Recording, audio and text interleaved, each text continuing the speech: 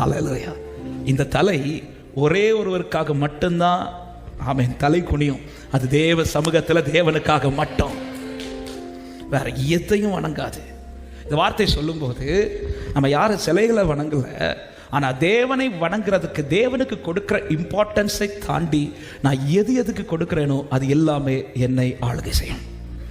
அது ஒரு மனிதனாக இருக்கலாம், அது ஒரு பொருளாக இருக்கலாம், அது எது வேணாலும் இருக்கலாம்.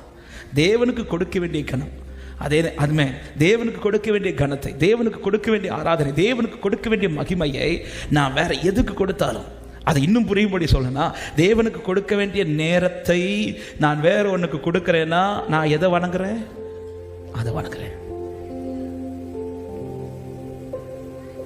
தேவனை ஆராதிக்க வேண்டிய நேரத்தில் நான் இன்னொரு பொருளை பார்க்குறேன் அல்லது ஒரு நண்பரோடு பேசுகிறேன்னா நான் யாரை வணங்குறேன் தெரியுமா? அவர்களை வணங்குறேன்.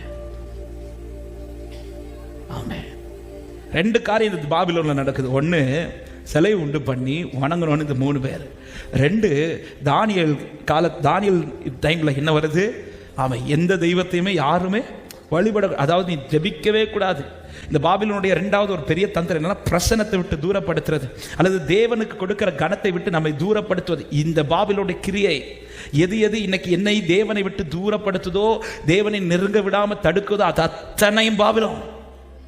ஆண்டவருக்கு என்ன சொல்றாருன்னா, பாபிலோனில் குடியிருக்கிற சீயோன் குமாரத்தை உன்னை நீ விடுவித்துக் கொள்றார். விடுவித்துக்கொள். ஆண்டவர் ஆரம்பத்திலே வாக்கு கொடுக்கல இந்த 3 பேர்ட்ட, நீ நில்லு நான் உன்னை இப்படியெல்லாம் சொல்லலை.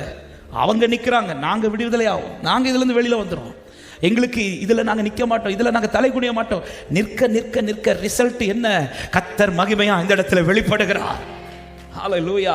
தேவனுக்கு கொடுக்க வேண்டிய நேரத்தை நான் தேவனுக்கு கொடுக்காமல் வேற எதுக்கு கொடுத்தாலும் நான் அதற்கு வணங்குகிறேன் என்று அர்த்தம். ஆமென். ஒரு நாள் அந்த செய்தியில் இந்த வார்த்தையை சொல்லும்போது கூட சொன்னாங்க, ஆமென், தேவனை வணங்க வேண்டிய இடத்துல நான் எதை வணங்கினாலும், எதை வச்சாலும், தேவனை பார்க்க வேண்டிய இடத்துல நான் எதை பார்த்தாலும், தேவனை பார்க்க வேண்டிய கடத்தில் நான் எதை பார்த்தாலும், அது எல்லாமே எனக்கு என்னது? விக்கிரகமாயிரும். அதனுடைய ஆளுகை என்னை பற்றி கொள்ளும். இந்த 3 வாலிபர்கள் எரிகிறது எத்தனை மடங்கு எரியட்டும், வணங்கின கர்த்தரை மட்டும்தான் வணங்குவோம். இந்த தலை ஒரே ஒருவருக்கு முன்னாடி தான் தலை குனியும். அவருக்கு முன்னாடி தலை குனிகிறவர்களை எந்த இடத்துல தலை குனிந்து போக கர்த்தர் விடவே மாட்டார். ஹல்லேலூயா.